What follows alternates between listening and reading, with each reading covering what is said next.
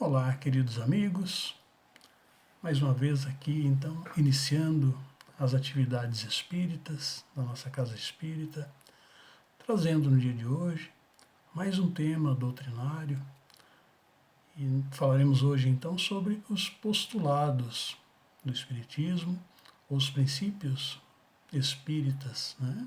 O Espiritismo que também tem seus postulados, assim como a física, a química, a biologia e tantas outras áreas do conhecimento têm seus postulados, não seria diferente com o Espiritismo. Falaremos aqui então sobre 6 desses princípios. Sabemos que são inúmeros princípios, mas escolhemos 6 para falarmos hoje, né? Mas antes de entrarmos nos princípios, eu gostaria de trazer uma rápida conceituação do que é o Espiritismo. Então, o primeiro conceito nos diz que o Espiritismo é uma doutrina filosófica de fundamentos científicos e com consequências religiosas, que tem como base a existência de Deus e a evolução espiritual do homem. Então, o seu tríplice aspecto é o aspecto filosófico, científico e de consequências religiosas ou consequências ético-morais. Filosófico, o aspecto filosófico nos abre a possibilidade de refletirmos sobre a nossa existência aqui na Terra enquanto filhos de Deus, né? Nos questionando sobre quem somos, o que fazemos aqui, para onde vamos, né? De todas as nossas inquietações humanas ou existenciais, também com fundamentos científicos, porque o Espiritismo se baseia na ciência da experimentação, através da qual Allan Kardec pôde comprovar a existência do mundo espírita, da existência dos espíritos, né? E de consequências religiosas, que é o aspecto que eu julgo ser o mais importante para mim, pelo menos, porque os outros aspectos nos servem de base para chegarmos a nos tornarmos homens de maior religiosidade, de fortalecermos o nosso vínculo com o Criador, né? Então, por isso, também o terceiro aspecto seria de consequências ético-morais. E uma segunda definição, que está lá no livro O que é o Espiritismo, nos diz que o Espiritismo é uma ciência que trata da natureza, da origem e do destino dos espíritos, bem como das suas relações com o mundo corporal. Então, essas seriam as definições, né? Para irmos então para o primeiro princípio, que é a existência de Deus, né? Nós não temos ainda uma capacidade para compreender Deus em sua plenitude, mas aprendemos na doutrina e lá no Livro dos Espíritos que Deus é a inteligência suprema, que é a causa primeira de todas as coisas. Esta foi a resposta dos Espíritos para a pergunta de Kardec, para a primeira pergunta que ele fez aos Espíritos: que é Deus? E aí veio essa resposta, então.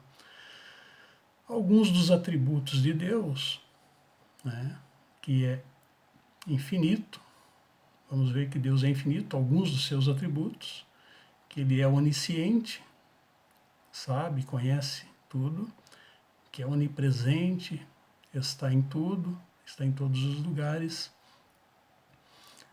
e soberanamente justo e bom. Então o Espiritismo é uma doutrina que fala de Deus e de seus atributos, de todas as suas manifestações na natureza e no universo.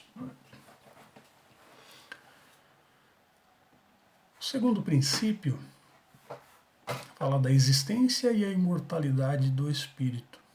Este também é um dos princípios mais importantes, sem o qual os outros não fariam sentido, como, por exemplo, o princípio da comunicabilidade, ou da evolução espiritual, né? Se não entendêssemos ou compreendêssemos que somos seres imortais, que os espíritos são imortais, não teria como entendermos ou aceitarmos a comunicabilidade dos mesmos. Também não faria sentido evoluirmos, nos preocuparmos com a evolução espiritual, uma vez que viveríamos uma só vez. Então, assim compreendemos, através desse princípio da imortalidade do espírito, que o nosso corpo é uma veste carnal, né? Que a vida verdadeira é a do espírito, que estamos em espírito vestindo uma veste carnal temporariamente. E o terceiro princípio fala da pluralidade das existências, as múltiplas existências. Esse também é um princípio pelo qual podemos compreender a justiça divina através da reencarnação, pois se vivêssemos uma só vez, tivéssemos uma só existência, né, como muitos ainda acreditam que vivemos uma só vez, então, se assim fosse, não poderíamos explicar as diferenças dentro da nossa sociedade, né? As diferenças sociais, culturais, intelectuais, morais, econômicas e tantas outras. Então Deus não seria justo se privilegiasse alguns em detrimento de outros, né? E se não fosse justo, portanto, já não seria Deus. As muitas existências, através da reencarnação, dão ao homem a possibilidade de corrigir equívocos do passado, de concluir alguma tarefa que tenha ficado inacabada em existências anteriores. Compreendemos, ou melhor, comparemos as existências a uma escola com várias classes, onde a aprendizagem se dá de forma gradual, constante e gradual. Pois se tivéssemos apenas uma existência, seria como uma escola de uma só classe, onde começaríamos o nosso ano letivo no pré-primário e teríamos que terminar o ano letivo com uma formação de doutorado. E se não alcançássemos essa formação de doutorado, não teríamos uma segunda chance, que tudo estaria perdido para nós, né? Então, não faz sentido se entendermos ou se acreditarmos que a existência é única.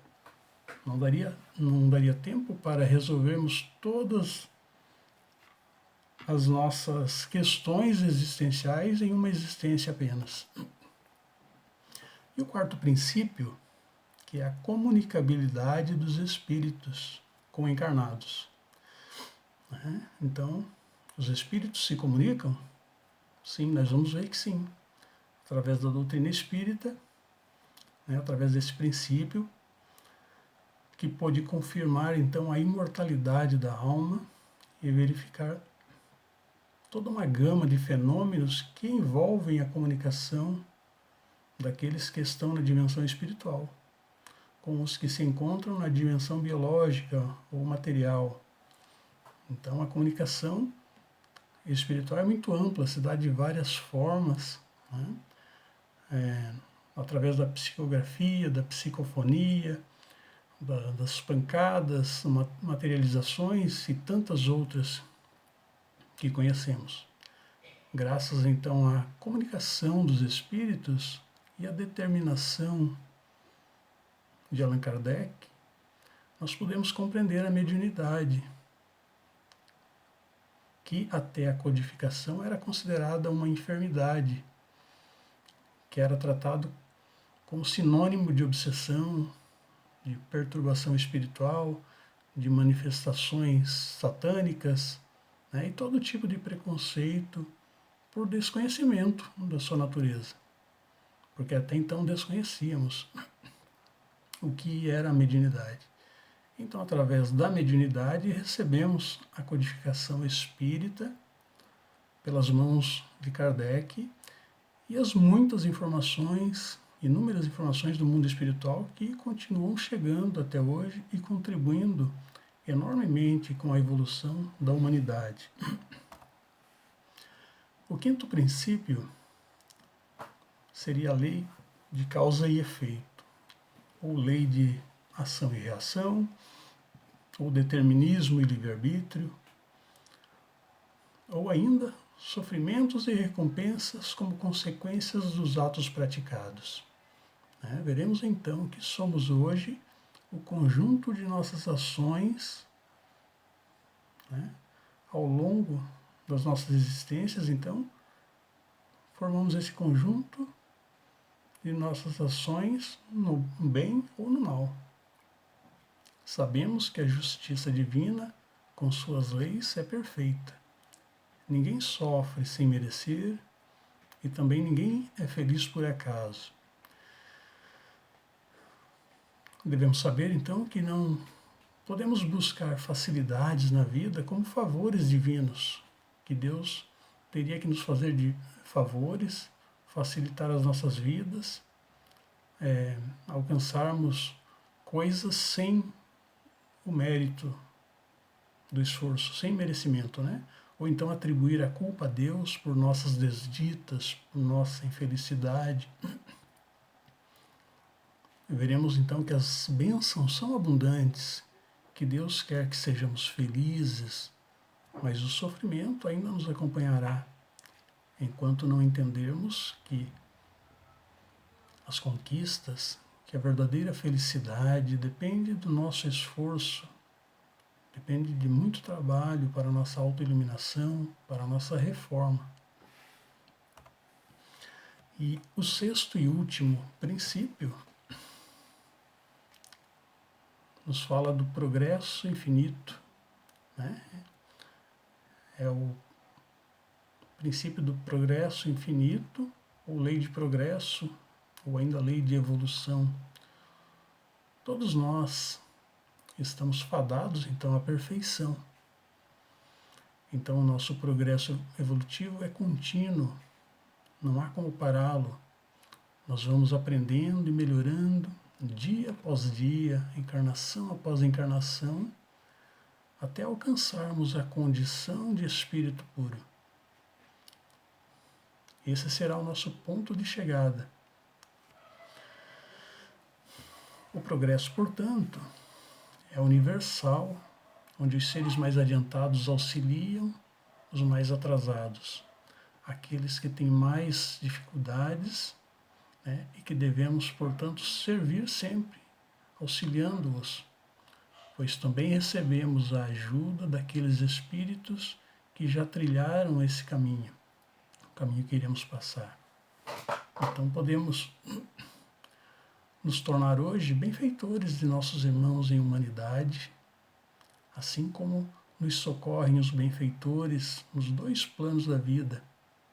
Aqui na Terra temos verdadeiros anjos próximos de nós, seja um pai, uma mãe, um irmão, um amigo, pessoas que se preocupam muito, que nos auxiliam sempre, assim como no mundo espiritual temos nossos tutores, nossos anjos guardiões, nossos anjos da guarda, seja lá o nome que demos, né? Mas sempre temos aqueles que zelam, que cuidam de nós. Então, aqui nós poderíamos ir além desses 6 princípios, desses 6 postulados, falar de outros princípios, como a pluralidade dos mundos habitados, da mediunidade, do perispírito. No caso da pluralidade dos mundos, nós aprendemos na doutrina que todos os orbes, todos os mundos espalhados pelo universo são dotados de vida, têm vida. Ainda que não entendamos a natureza e como se dão essas vidas, né? Mas são habitados. Deus não faria o universo grandioso como de forma aleatória ou sem utilidade, né? Então, teríamos muitos outros princípios para abordar, mas ficaremos com estes por hoje e numa próxima oportunidade falaremos dos outros princípios, né? Então, compreendendo um pouco dos princípios, dos postulados espíritas, eles nos ajudam então a compreender o poder consolador da doutrina espírita, porque sabemos que ela esclarece e consola. Esclarece porque amplia o nosso horizonte espiritual, a nossa visão, e consola porque leva a nossa resignação ao nível das nossas provas. Então, quando sentirmos o desânimo diante das dificuldades, lembremos dos ensinamentos, dos exemplos de Jesus, né, que é o nosso modelo, que é o nosso guia, que ele é o Cristo hoje porque já passou pelas experiências, já passou por aquilo que estamos passando e que a sua passagem pela Terra trouxe luz para o caminho que ainda percorreremos, iluminou a estrada que iremos trilhar, né?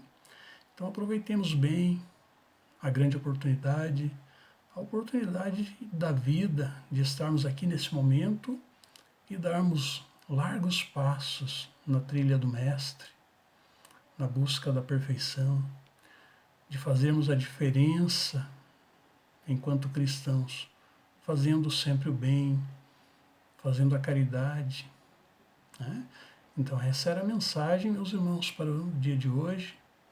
Eu gostaria de agradecer do fundo do meu coração pela atenção que dispensaram nesse momento e pedir que Jesus nos abençoe sempre, que os bons espíritos nos auxiliem, nos inspirem sempre, que Deus nos ampare a todos. Muito obrigado.